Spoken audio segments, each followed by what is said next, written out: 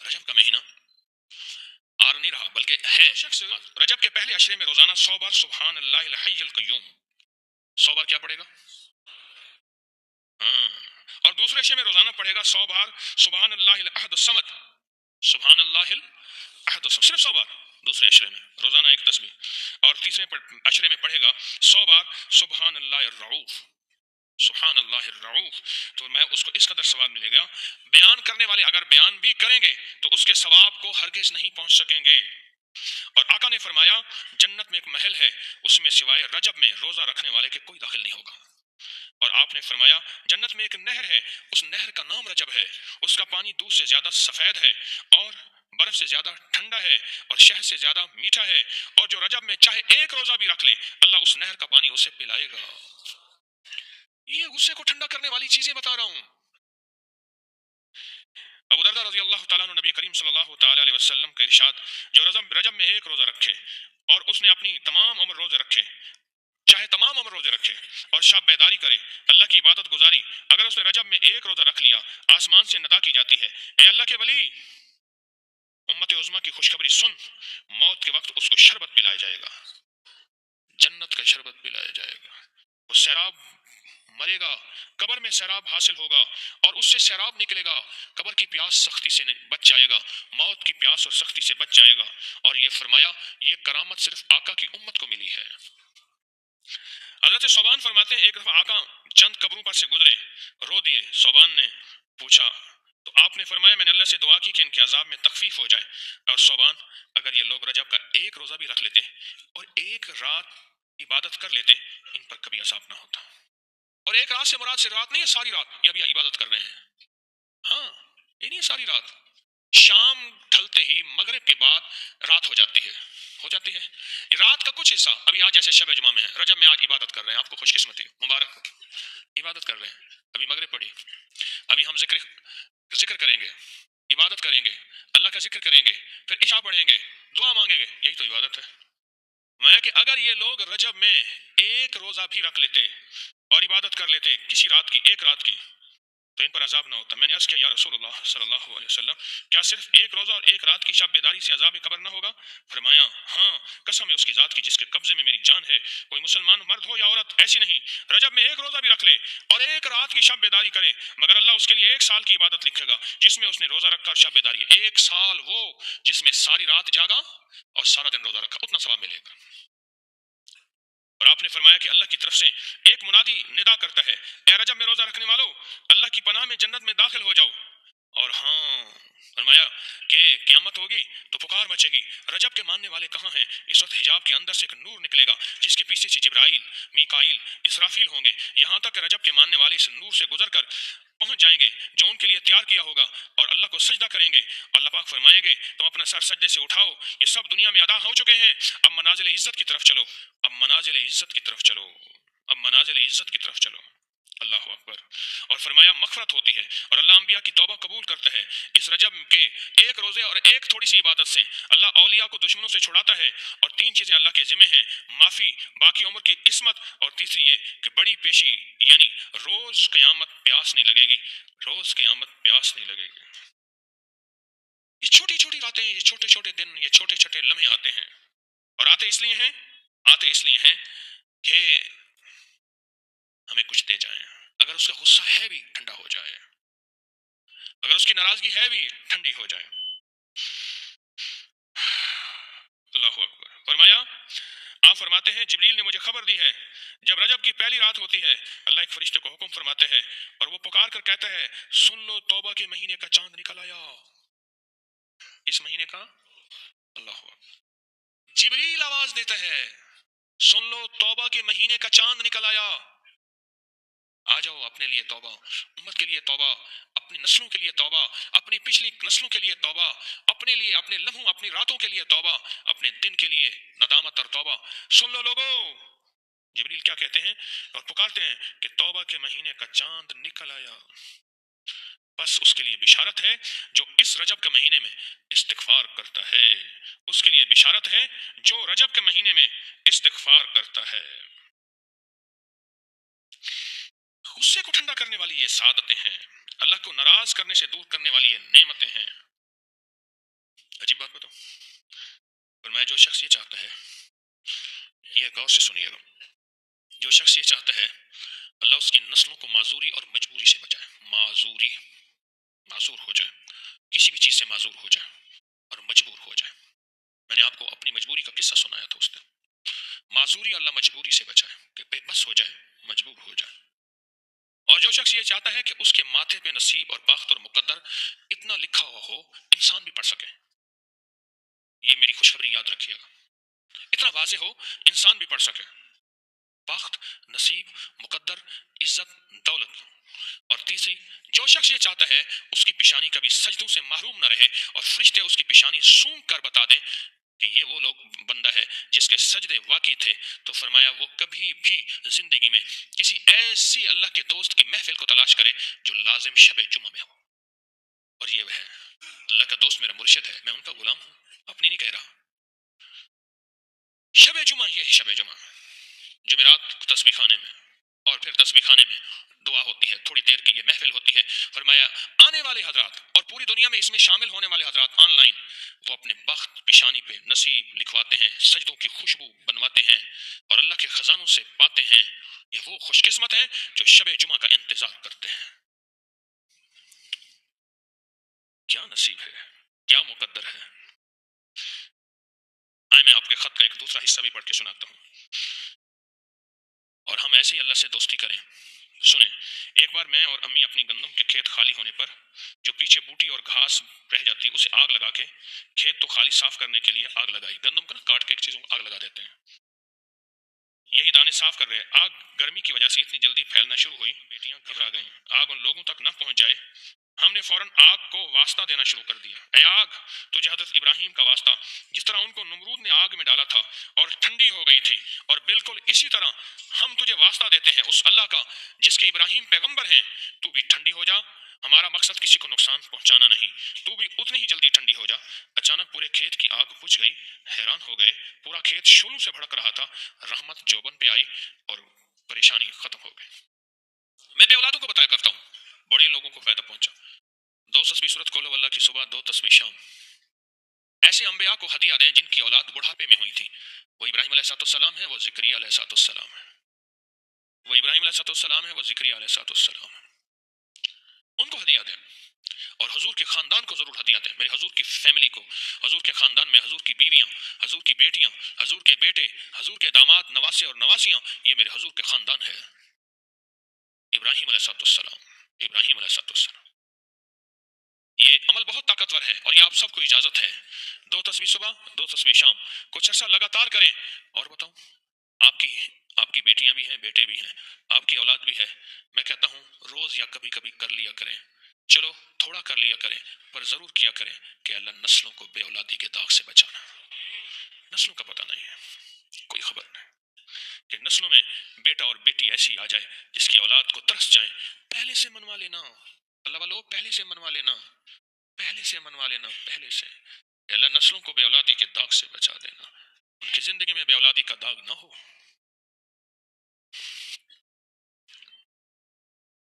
ایک اور تجربہ لکھا تسبیح خانے کی نسبت سے.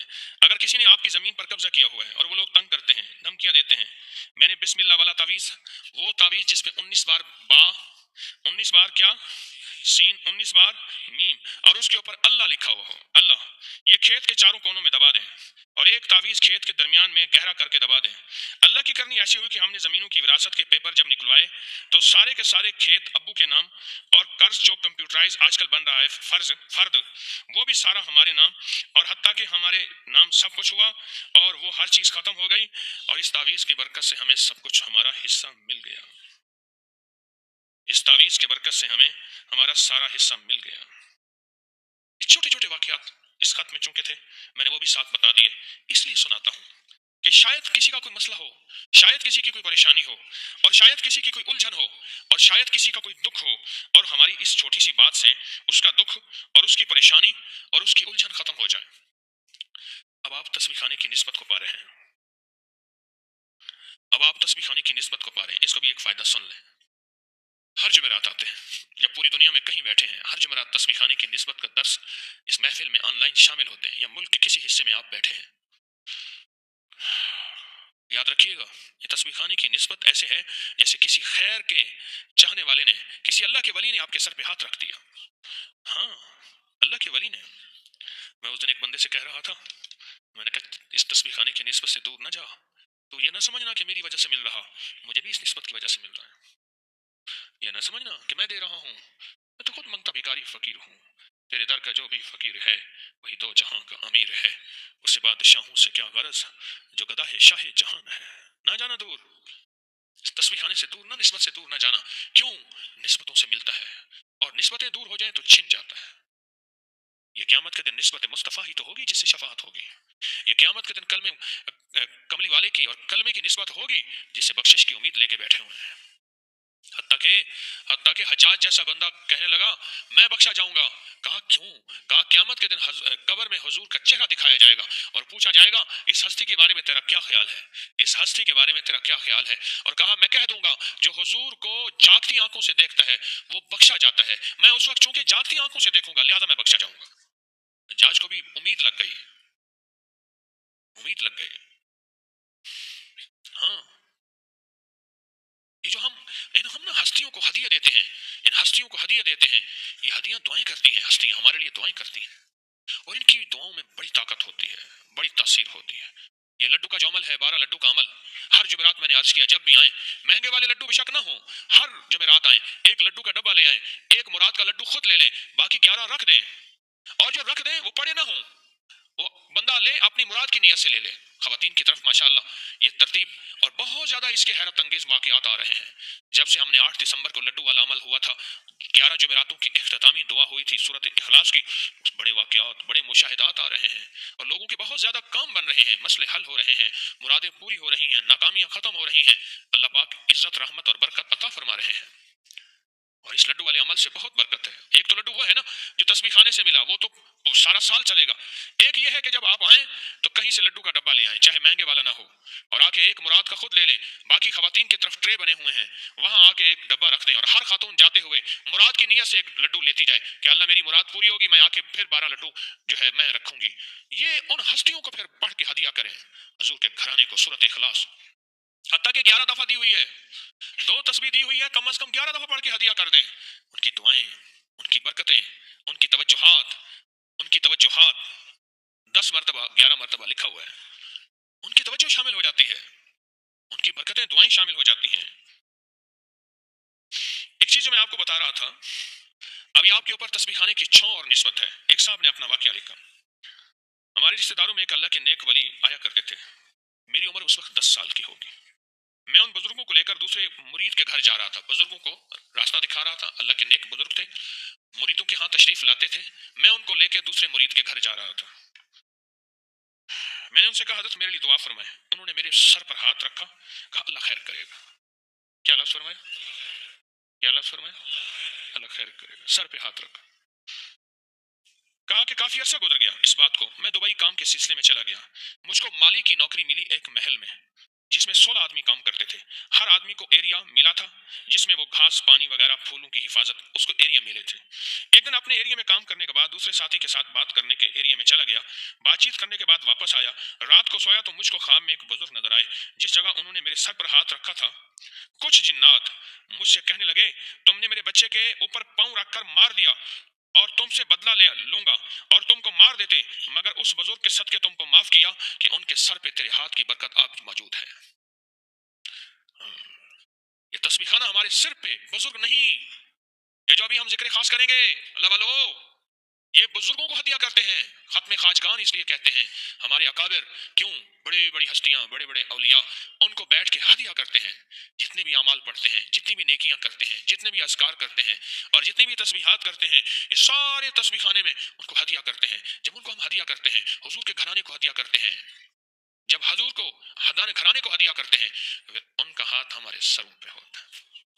تو یہ بتاؤ، حضور کا گھرانہ جہاں سے خود بزرگی نکلی ہے، جہاں سے کوئی ولایت بٹی ہے، جہاں سے خود ولایت ملی ہے، جہاں سے کوئی درویشیت اور صالحیت اور صلاحیت ملی ہے، ان کے سروں پہ ہاتھوں کی کیا تاثیر ہوگی، وہ کیا برکت ہوگی، اور کیا کمال ہوگا. سوچیں تو صحیح، کیا برکت، کیا کمال، کیا تاثیر. ہاں زبردست. یہ تسبیح خانے کی نسبتیں.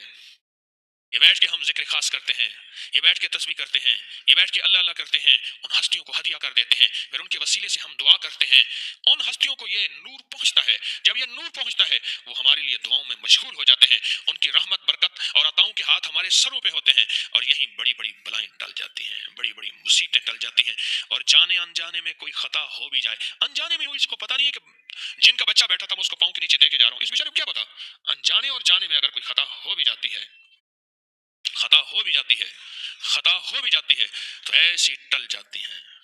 میں لجپالاں دے لڑ لگیا، میرے تو غم یہ ہے، میرے تو غم ٹلے رہندے، ہاں یہ لجپالاں دے لڑ لگیا، یہ ہے اللہ کے نیک دوست، اللہ کے ولی، اللہ کے دوست، اللہ کے ولی، جن کے ساتھ میری نسبتیں ہیں، میں ان کے ساتھ نسبتیں لے کر بیٹھا ہوں، جن کے ساتھ میری نسبتیں ہیں، یہ ان کی نسبتیں ہیں جن کے ساتھ میری نسبتیں ہیں، اور ان کی برکت سے عذاب، بلائیں، مصیبتیں مجھ سے ٹلی رہتی ہیں،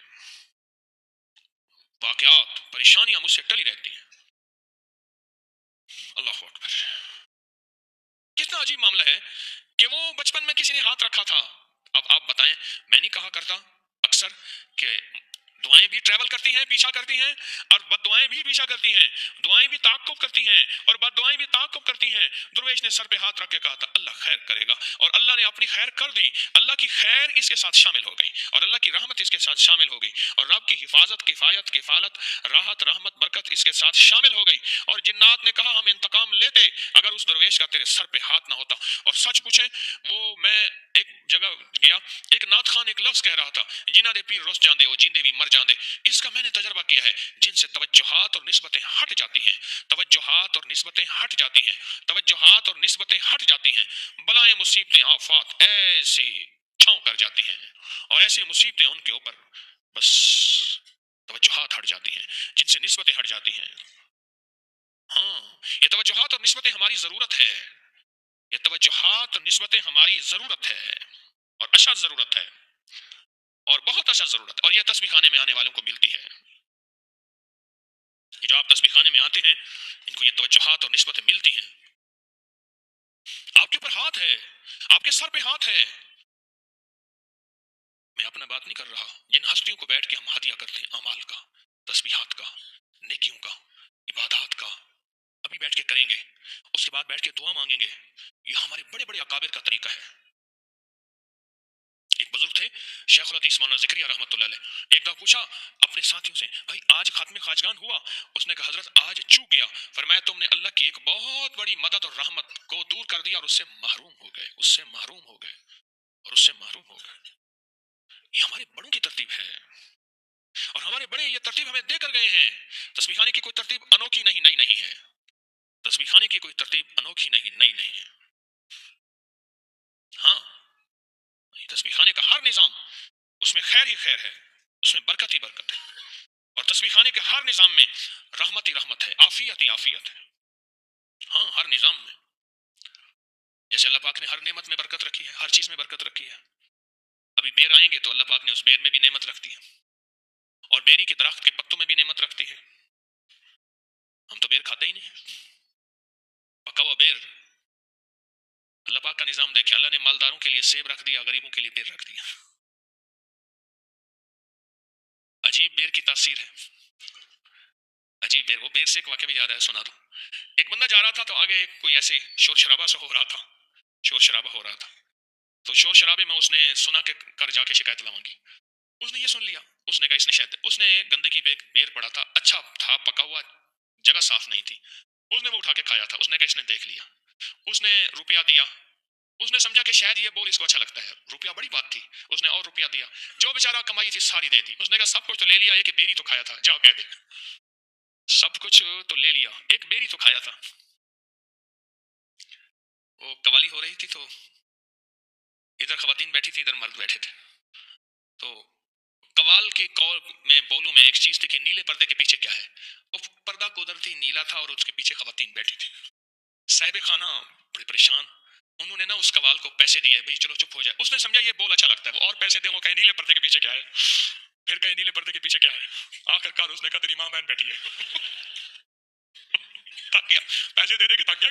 کہاں تک پیسے دے, وہ سمجھے شاید ہی اچھا لگتا ہے اس کو, وہ نیلے پردے کے پیچھے کیا ہے. بیر تو ہم بھول گئے, سچی بات ہے. میں نعمتوں کا تذکر کرتے کرتے مجھے بیر یاد آیا, ہم تو بھول گئے. بیر کھانے والی کی نسلیں بانج نہیں ہوں گی. آج نسلیں بانج ہو رہی ہیں مصنوعی چیزوں کی وجہ سے, مصنوعی غذاؤں کی وجہ سے. اور سر پہ یاد رکھیے ایک نقطہ بتاتا ہوں, جس کا سر اور پاؤں کی ہتھیلی تیل سے تر ہوگی, آج وہ کن کن بیماریوں سے بچا رہے گا, اور اس کی نسلوں کے اندر کون کون سی بیماریاں منتقل نہیں ہوں گی. ہاں, سر اور پاؤں. سر پہ تیل, میں جا رہا تھا, ہم حجویری مل گوشہ درود السلام کراچی جا رہے تھے.